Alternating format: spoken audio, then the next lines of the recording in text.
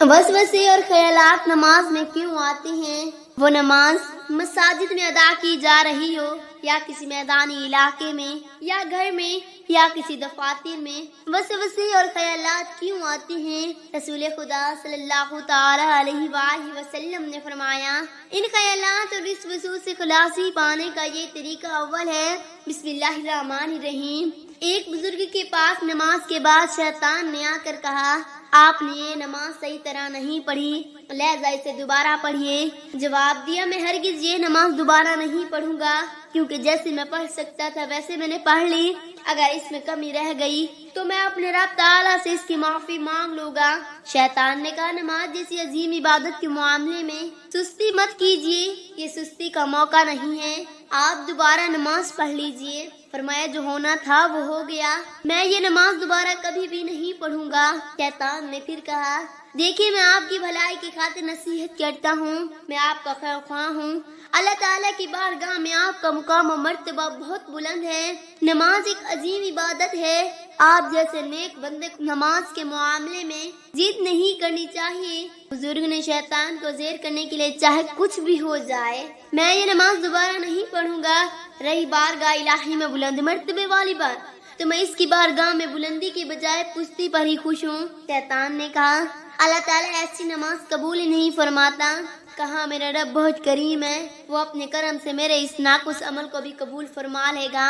जो मुझसे हो सका वो मैंने कर लिया, अब कबूल करना उसका काम है। अब तो यहाँ से दफा हो जा, मैं तेरे विसविसों में आकर कभी भी इस नमाज को नहीं दोहराऊंगा। बिलाखिर जब शैतान ने अपनी नाकामी देखी तो जलील ख्वार होकर वापस चला गया।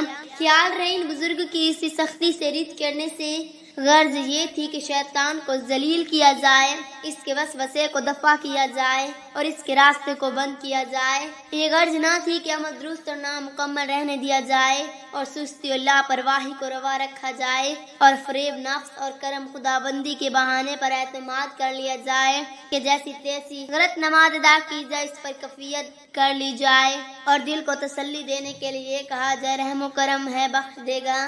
मोहम्मद गजाली फरमाते हैं, शैतान भूखे कुत्ते की मसल है, जब तुम्हारे करीब आता है, अगर तुम्हारे और इसके दरमियान रोटी या गोश्त ना हो तो धुतकारने से ही चला जाता है, यानी महज आवाज से ही इसे भगाया जा सकता है। अगर तुम्हारे सामने गोश्त और वो भूखा भी हो तो वो गोश्त पर झपकता है और महज ज़बानी धुतकार से दूर नहीं होता। तो जो दिल शैतान की गिज़ा से खाली, उस दिल से जिक्र के जरिए शैतान को दूर किया जाता है। जब दिल पर शहवत गालिब हो तो दिल का अंदरूनी हिस्सा शैतान के काबू में होगा और इस वक्त किए जाने वाले अल्लाह को दिल के इर्द गिर्द फैल देगा। लेकिन जहाँ तक मुत्तकी लोगों के दिल का ताल्लुक, जो नफसानी ख्वाहिशात और बुरी सफ़ात से खाली होती हैं, इन पर शैतान शहवतों की वजह से नहीं आता, बल्कि गफलत की वजह से जिक्र से खाली होने के बाइस आ जाता है। जब वो जिक्र की तरफ लौटती हैं तो वो दूर हो जाता है। रात दिन गुनाहों में पड़ा रहे ऐसा शख्स जो गोए शैतान का दोस्त है, और शैतान अपने दोस्तों के पास से इतनी आसानी से भागे, ऐसा कहाँ है। पारा 17 सूरत हज आयत नंबर 4 में इरशाद होता है, हकीकत जिक्र दिल में इसी वक्त जा गुजरे होती हैं जब दिल को तकवा के जरिए आबाद किया जाए, इसको बुरी बात से पाक कर दिया जाए, वरना जिक्र महज आ जाने वाली बात होगी। दिल पर यानी जिक्र के सल्तनत और कब्जा नहीं हो सकता, लिहाजा वो शैतान की हुकूमत को दूर नहीं कर सकता। मजीद फरमाते हैं, अगर तुम शैतान से बचना चाहते हो तो पहले तकवे के जरिए परहेजगारी इख्तियार करो, फिर जिक्र की दवा इस्तेमाल करो। यूं शैतान तुमसे भाग जाएगा। जो हुआ और होगा सब खुदा के हुक्म से ही हुआ और होगा।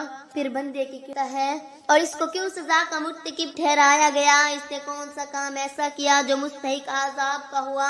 जो कुछ अल्लाह ताला ने तकदीर में लिख दिया है वही होता है, क्योंकि कुरान पाक से साबित हो रहा है कि बिला हुक्म इसके एक पता नहीं हिलता। फिर बंदे ने कौन सा अपने इख्तियार से वो काम किया जो दोज़की हुआ, या काफिर या फासिक। जो बुरे काम तकदीर में लिखे होंगे तो बुरे काम करेगा और भले काम लिखे होंगे तो भले काम करेगा। बहरहाल बंदा तकदीर का ताबा, फिर क्यों इसको मुजरिम बनाया जाता है। चोरी करना, जिना करना, कत्ल करना वगैरह वगैरह جو بندے کی تقدیر میں لکھ دیا جائے وہی کرنا، ایسے ہی نیک کام کرنے دینا ہے۔ اسے کوئی جوتا مارے تو کیوں ناراض ہوتا ہے، یہ بھی تو تقدیر میں تھا۔ اس کا کوئی مال دبائے تو کیوں بگڑتا ہے، یہ بھی تقدیر میں تھا۔ یہ شیطانی فالوں کا دھوکہ ہے کہ جیسا لکھ دیا ایسا ہمیں کرنا پڑتا ہے، حالانکہ ہرگز ایسا نہیں، بلکہ جیسا ہم کرنے والے تھے اللہ تبارک و تعالیٰ نے اپنے علم سے جان کر ہی لکھا ہے۔ بہر شریعت حصہ اول 24 پر فرماتے ہیں برا کام کر کے تقدیر کی طرف نسبت کرنا بہت بری بات ہے، بلکہ حکم یہ ہے کہ جو اچھا کام کرے اس منجنب اللہ یعنی اللہ تعالیٰ کی جانب سے کہے، اور جو برائی سرزد ہو اس کو شامت نفس تصور کرے۔ ذہن میں برے خیالات اور فاسد فکر یعنی بری سوچ کو وسوسہ کہتے ہیں۔ وسوسہ اس بات کو کہتے جو شیطان انسان کے دل میں ڈالتا ہے۔ عام طور پر وسوسے ہر ایک کو آتے ہیں، کسی کو کم کسی کو زیادہ۔ بعض لوگ بہت زیادہ حساس ہونے کے سبب وسوسوں کے متعلق سوچ سوچ کر انہیں اپنے اوپر مسلط کر لیتے ہیں اور پھر خود ہی تکلیف میں آ جاتے ہیں۔ اگر وسوسوں پر غور نہ کیا جائے تو عموماً یہ خود ہی ختم ہو جاتی ہیں۔ جو بھی وسوسے آنے شروع ہوں ذکر اللہ اللہ اللہ کرنا شروع کر دیجئے، انشاءاللہ شیطان فرار ہو جائے گا۔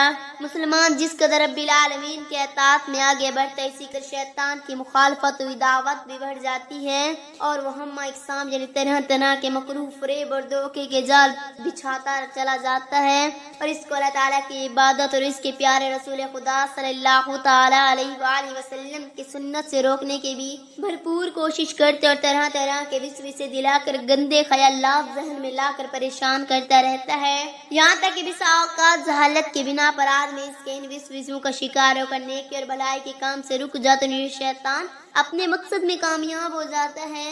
اللہ تعالیٰ نے قرآن مجید پارہ 18 سورۃ المومنین آیت نمبر 97 اور 98 میں اپنے پیارے محبوب صلی اللہ تعالیٰ علیہ وآلہ وسلم وسوسے ڈالنے کی شیطانی تحریک مسجدوں کے اندر خوب زوروں پر ہوتی ہے، وہاں موجود کئی مسلمانوں کو دنیاوی باتوں میں لگا دیتا ہے، بعض کو لڑوا دیتا ہے، بعض بوڑھے کو غصہ دلوا کر شور مچوا دیتا ہے معاذ اللہ، بعض کو بد نگاہی بد اخلاقی غیبت چگلی گناہوں میں پھنسا دیتا ہے، جنہیں گناہوں میں نہیں پھنستا پاتا انہیں نیکیوں کی کمی میں مبتلا کر دیتا ہے۔ مثلا درس و بیان کا سلسلہ ہو رہا مگر مسجد میں موجود ہونے کے باوجود بعض لوگ شرکت سے محروم دور بیٹھے لاپرواہی کے ساتھ ادھر ادھر دیکھ رہی ہوتی ہیں۔ جو لوگ مسجد میں حاضر ہونے کے باوجود یاد الہی سے غافل اور علمی حلقوں وغیرہ سے کاہل رہتے، اس حدیث پاک کو غور سے پڑھیں۔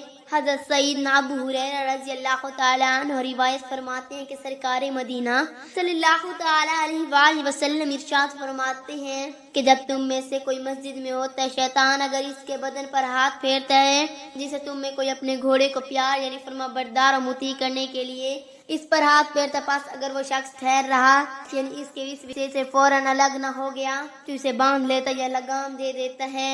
حضرت سیدنا ابو ہریرہ رضی اللہ تعالیٰ عنہ فرماتے ہیں کہ اس حدیث کی تصدیق تم اپنی آنکھوں سے دیکھ رہے ہو، وہ جو بندھا ہوا ہے اسے تم دیکھو گے، یوں جھکا ہوا ہے کہ ذکر الہی نہیں کرتا۔